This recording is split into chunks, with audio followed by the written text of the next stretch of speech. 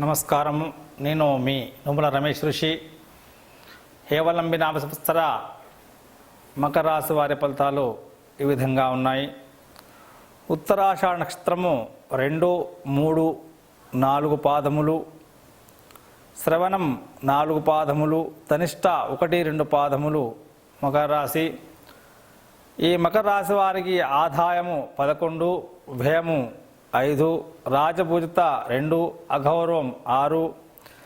ఈ రాశి వారికి గురుడు 11/9/2017 వరకు కన్యా రాశిలో నవమస్థానములో శుభుడగుట వలన ధనలాభము, స్వకులాచారము యందు శ్రద్ధయు, గృహ సౌఖ్యము కలుగును.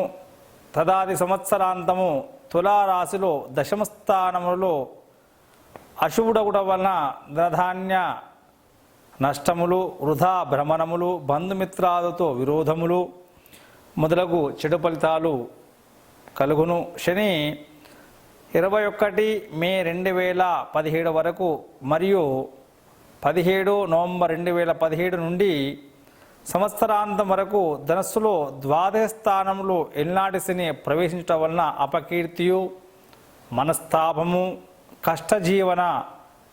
కష్టజీవనము, భోజన సౌఖ్యము లేకపోవుట, అకారణ కలహము మొదలగు అశుభ ఫలితాలు కలుగును. 22 మే 2017 నుండి 16 నవంబర్ 2017 వరకు వృశ్చిక రాశిలో వక్రగతి ఏకాదశ స్థానంలో శుభుడగుట వలన ధనలాభము, సంతాన సౌఖ్యము, సర్వకార్యములందు జయము కలుగును.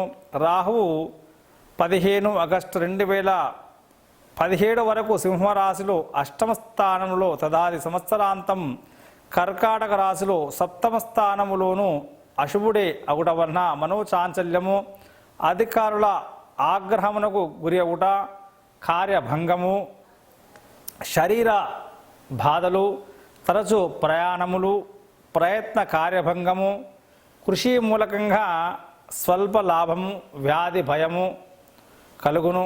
కేతువు 15 ఆగస్టు 2017 వరకు కుంభరాశిలో ద్వితీయ స్థానములో శుభుడగుట వలన సౌభాగ్యము, నానా విధముగా ధనలాభము, కీర్తియు, సర్వకార్యానుకూలత, మనోల్లాసము మొదలగు శుభలములు కలుగును.